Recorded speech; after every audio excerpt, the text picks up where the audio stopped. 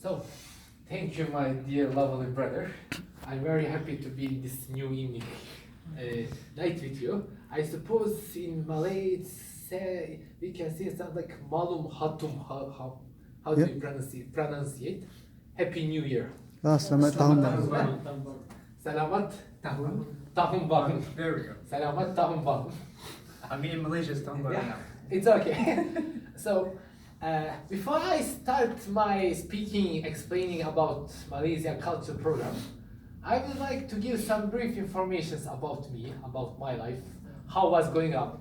Did I have some multicultural experience in Bosnia or Serbia or in Turkey, or maybe even this day? While before I didn't come to you, maybe I was walking all day with Serbians and Macedonians, while not Muslims. We'll kind of see that a little bit. Then I will briefly pass to my explainings about Malaysia. How was it for 3.5 months? Did I like your culture, your people? Was it weather nice, water, or maybe snakes? And all kind of things. I hope you will enjoy it, and it will be a good lecture for me as well, and for you, both of us. And in the end of my speaking, if someone would have any kind of questions, private, personal, business, job, whatever, life, girls, it's okay. I am free open to listen, to ask. So, as our friend says, I'm Mohammed from Bosnia. I finished primary and high school in Sarajevo, capital of Bosnia. So, while I was in high school, it was 1993 plus 14, it makes 2007, 2008, kind of it. And while I started high school with us, was one Serbian guy. Now he's very closest friends to us. The war ended in 1995. It almost passed 12 years.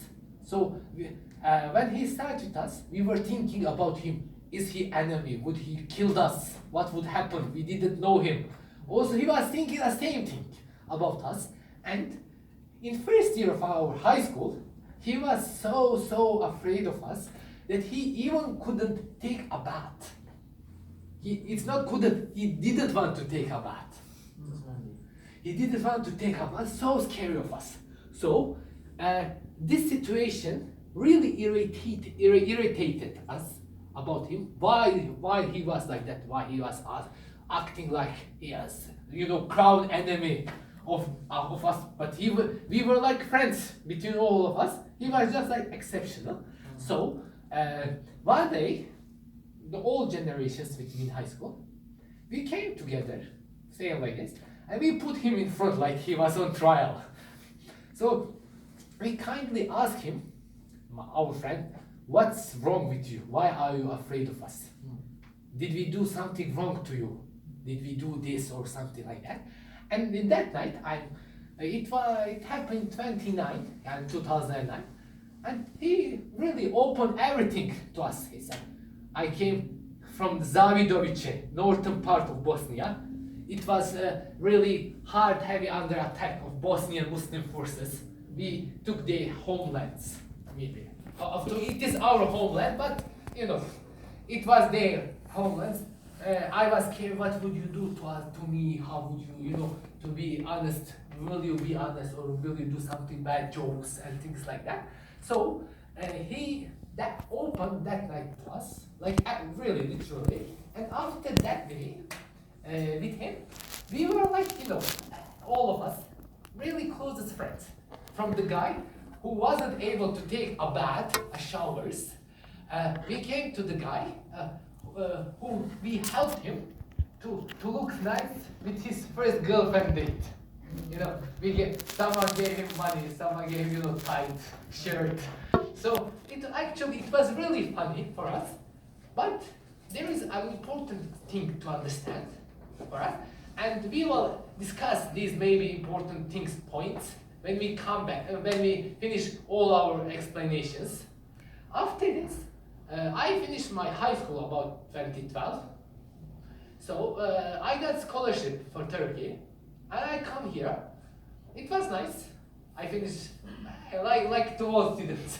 It was nice, you know, bachelor level. Students like money, and go here, go down, write the homework, cheat on the exams, and so on, so on and so on. In these 4 years of my studying life in Turkey, I didn't had quite experience to be with some other people's guys, you know, who are not Muslims, Christians, or Buddhists, whatever. Maybe I was hanging out with Turk. But what happened, after finishing my bachelor level here in Turkey, in 2016, after that cup, thanks God it was unsuccessful, I started my master level, my master degree. Unfortunately, they didn't give me a scholarship because I had for bachelor level, not the procedure they said.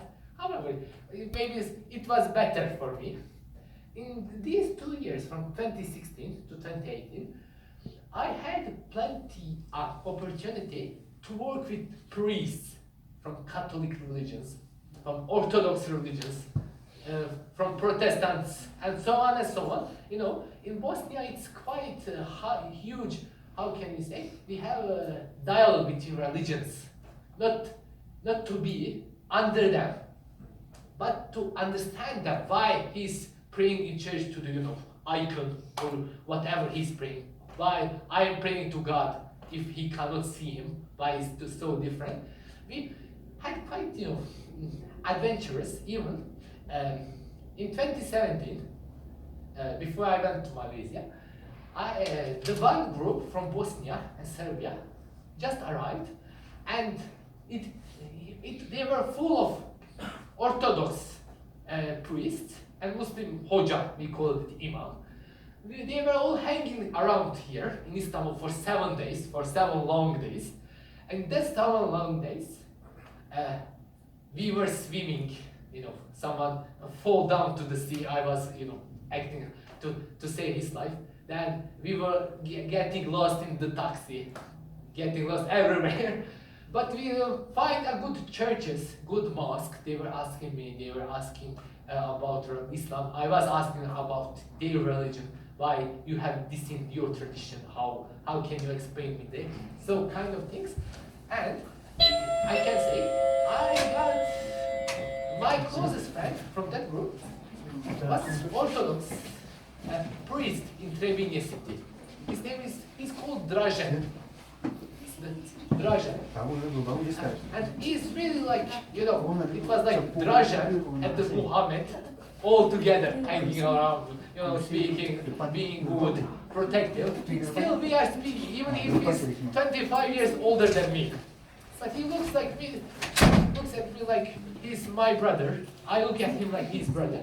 Still, whatever I need, I just give him a call, he gives a call also. We are all together in one good, nice manner. Just one of examples, and before we continue, yes, you are welcome.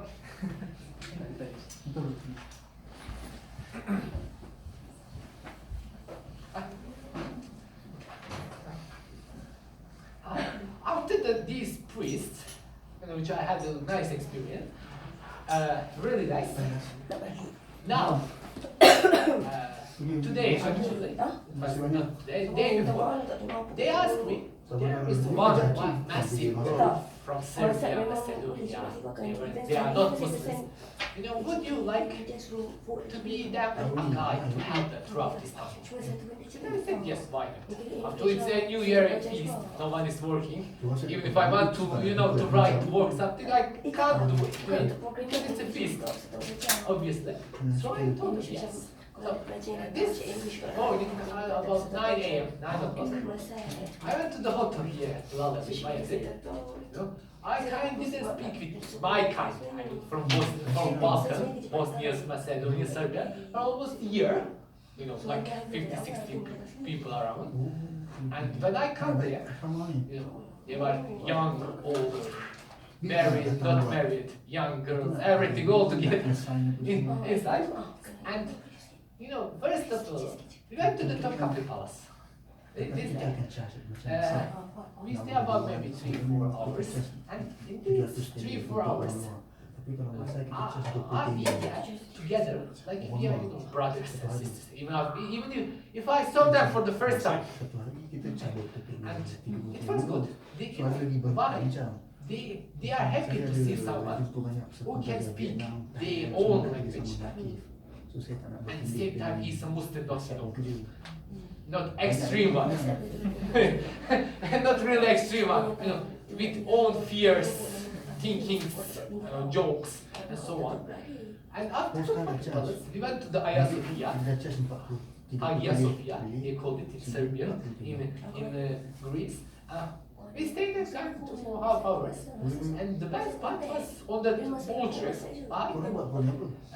Because they kind of start joking with me. So, why aren't you married? Would you like to have Macedonian girl for wife? Would you have to have Serbian girl for wife? What about this? What about this? I'm worse than Fox. I'm worse like this. I'm like this. I'm, really good jokes. And in this good mood, I came to you tonight.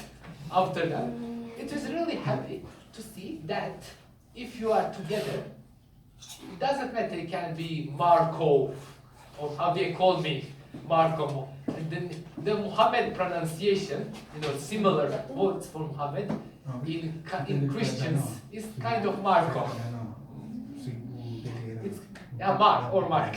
It can be also Mark. They call like Marco or whatever. But it was fine because we were joking.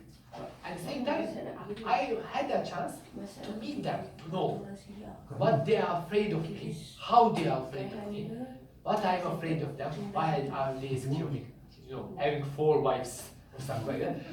Actually, in Tokyo Palace, while we were walking today, I said the Sultan had a right to have a 4 normal wives, with married, without concubines, who are, taken by wars and so on.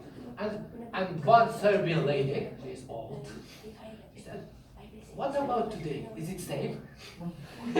I said, we can even barely handle with only one. We can only hardly take care of one. What about 4? Who would be enough courage or crazy to do that? So, it is really happy to have that kind of mind with all kind of people, multicultural people between us. So, after we come briefly, so my, adventurous of the nightlife of Istanbul, I can speak a little bit of Malaysia. So, in February, March 2017,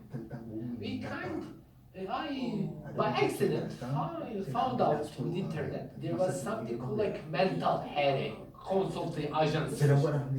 They were saying like we were bringing people to Malaysia, for cultural exchange, for learning English, to have a good time, to have this, to have like that. How was it actually? The last day of the application was 31st March. And I applied 23:50, 11:50 a.m. p.m. So actually, last 10 minutes. So I applied. It was kind of for joke, not take it serious, because I have no idea where is Malaysia. How can I get that? It was for me. How can I go to Malaysia and so on? So I applied, and 2 weeks after, I got something like, you have improved your level, we will make interview with you. We will do English exam. So the interview was done by Skype. It was nice Turkish girl speaking. Still sometimes I'm in contact with her. Yeah, I don't know. Is there something more to that? No, just that. But the God, it's only, it's in God power.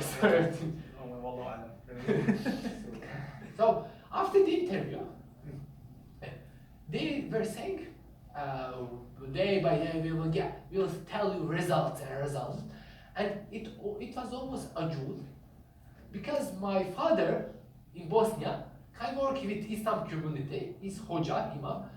So for Ramadan, he is able to go. I'm able also to go. And that Ramadan, I was in Nuremberg, in Würzburg, in Germany, to explain a little bit about religion to Bosnians, to see how they live, what are the problems about religion. Do they have a mosque? Do they have any other problems? Language, how they adopt in Germany. And while I was doing that, we were praying Tarawih. It was 14th night of Ramadan in German. We finished the prayings, and I took my phone because they were praying in somewhere, but I didn't have a signal. So I took my phone, I look on the Facebook, and the people from my Facebook chat, they started to write, congratulations, you got a Malaysia trip.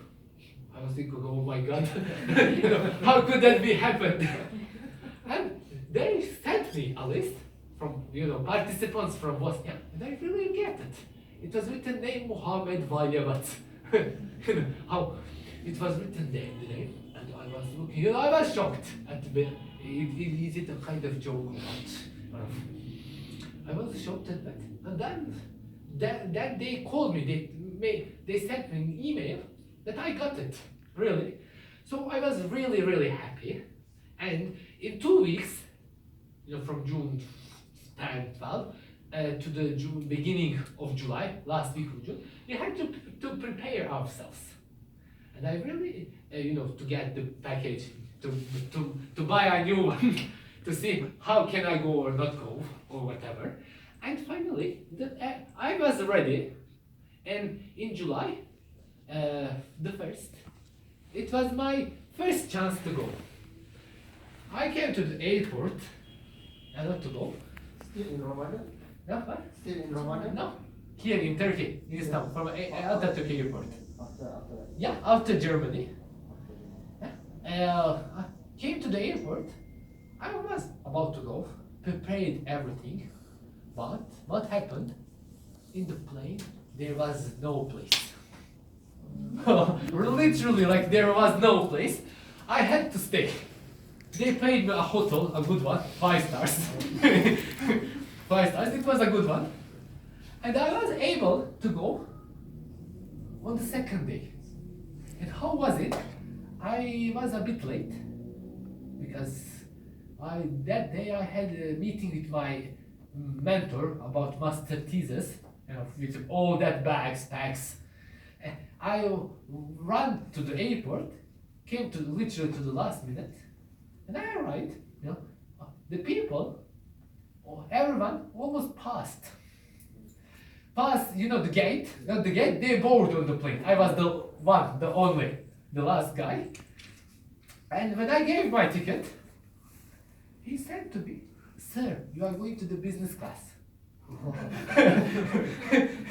So I was shocked. I entered the business class really for the first time. It was good actually to know if you are late you can enter the business class with Turkish Airlines. I entered the business class. 10 hours approximately. My first neighborhood was a German, Spain guy, English, French, and we kind of really had a chat. We were sleeping, because it was able to sleep. Texting on the Facebook, there was an internet Wi-Fi, it was free. Text on the Facebook, and posting, a sun is getting, the sun is getting a new beginning for us for start. And I'm still in contact with these guys from business class trip. And when we arrived on Malaysia, it was a day because I left on the night. In Malaysia, it was almost a day. I was surprised. Why? In Turkey, I remember in July, it was cold that days. It was rain. When I arrived, first thing what was impression? Oh my God, hot, really hot.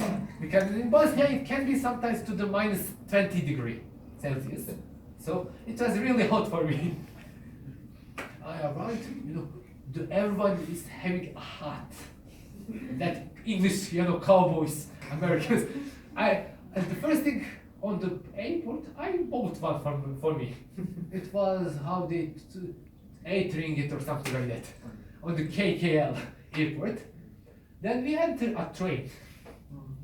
Enter a train to go to the gate of passport control. And while I was walking, to be honest, in the airport, everywhere was that British bear, you know, a famous one. A green one, in the suit with tight. I was everywhere seeing a British bear. Even on my Instagram, I put one picture with British bear because the symbol of Slavic people is a bear.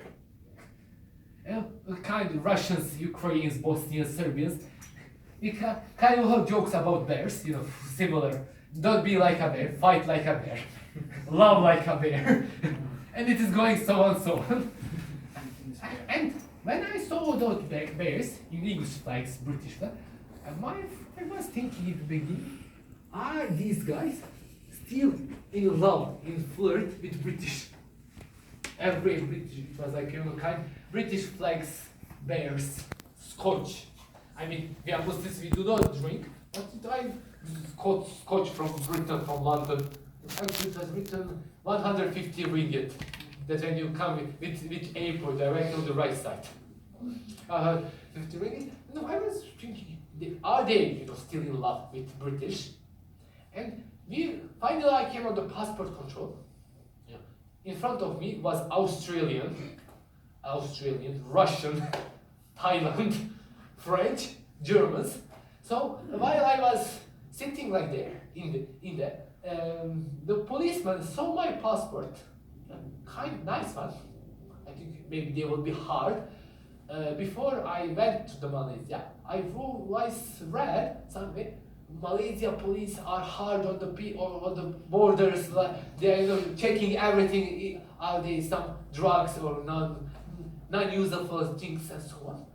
And then I came to the police and he looks at me, looks at my passport, you know, making scanning, like slowly. He said like, in English, he said first of all something in Malay language. He said, oh, Bosnian, welcome. Are you okay there in Bosnia? How do you hang out? Are you hanging out? Is it good? How is situation? Well, it was nice, you know, to hear that from him. He said, don't worry, you do not need visa, we are good, kind people. Like, he already read my mind about Malaysia, guys, people. And we entered the States after 10 hours of flight. Yeah, we were just, you know, to sleep, but we entered the States. And when we entered the States, we waited to come all other guys who are coming with me, the Bosnians, Turkish people. They were even from Poland, from Polish. They really like the Malaysian, the Malay people. You know, they even write some things, articles about Malaysia in Polish language. So it was really good, that experience. And when we, you know, come together, everyone, then we wait for the bus. We were thinking, the bus, you know, it would be like in Bosnia or in Turkey, a good with clean, with, you know, with nice, you know, chairs and so on. But the bus car came, the driver was like, oh. typical bus driver, like everywhere. And the bus was, he hanged out. We stayed alive. We stayed alive till the other setup, Kedah State. And it was good. Approximately, we were making every 30 minutes to go to if somebody wants to eat or to buy a water or to go to the toilet. And I saw on the petrol stations, the toilets, you know, from KL to the Kedah State, they're actually good place. It can be usable. It can be usable. But better are petrol stations. To my while we were going, here in Turkey, in Bosnia, we are buying things like if you want to buy fruit or vegetables, we are buying in pounds, in kilos. But in Malaysia, it was like on one piece. So I saw at that petrol station in the middle of the road, from KL to somewhere in the middle. It was 2 a.m. or 2:50 in the morning, and I saw fruits. I think apples. I like apples. I think I can buy it. And I saw the price. It was written 1 ringgit. I was the 1 kilo is 1 ringgit, and I bought 10. And I go to the to pay the bill, and she said it is 10 Turkish. It is 10 Malaysian ringgits. Oh my God!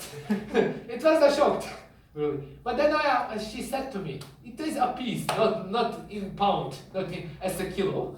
So I understand it. So it was kind of very shock, to see. It's not the last one, but in positive way. It was kind of very shock. And finally, after 10 long hours of road, we had a rain. Which I saw everything on that road of hell. But we arrived. It was 4 a.m. in the morning. We arrived, and some Somali girl, some Bosnian man, some Malaysians, they explained to us, the Wi-Fi password is this, like we cared about it. The Wi-Fi password after 10 hours of of driving.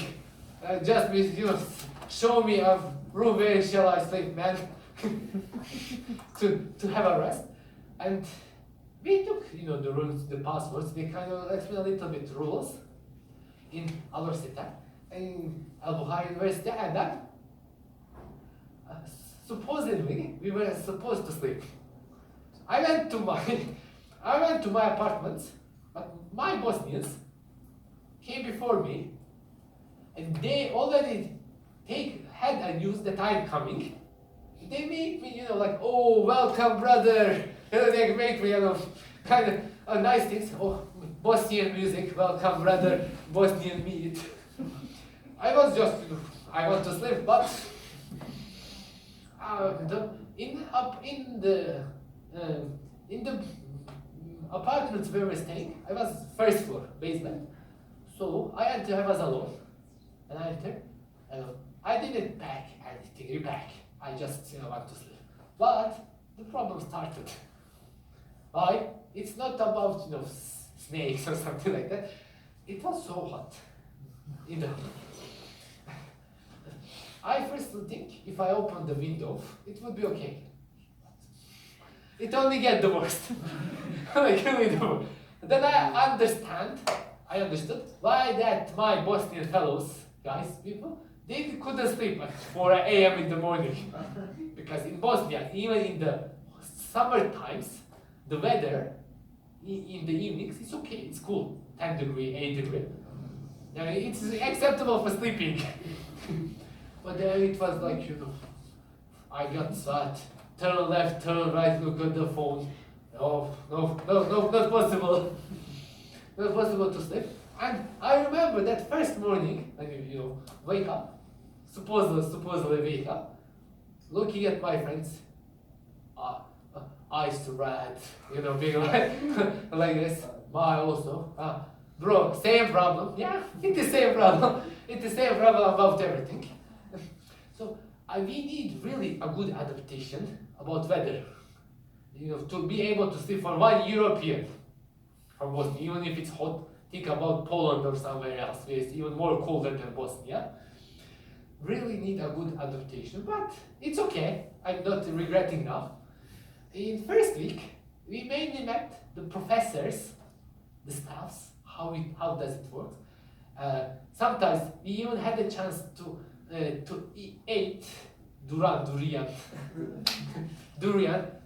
the products from the sea, because in Bosnia, even if we have a sea, it is only 10 kilometers. I'm not very fan of sea products, of fishes and so on. So for us, it was like, you know, a shocked when you see octopus. that actually can be eaten. It tastes like chicken. So, and you guys also eating like breakfast, lunch, dinner, tea, everything is rice. Rice, but it's okay. And it helped me with my stomach. Sometimes, you know, to get better addicted to the food. After the 10 days in Malaysia, in Alor, we start walking. Because we Bosnians, we don't like to wait for somewhere else, you know, for the staff of university to say, oh, we are going all together to this island or that island or whatever. And we start walking by ourselves.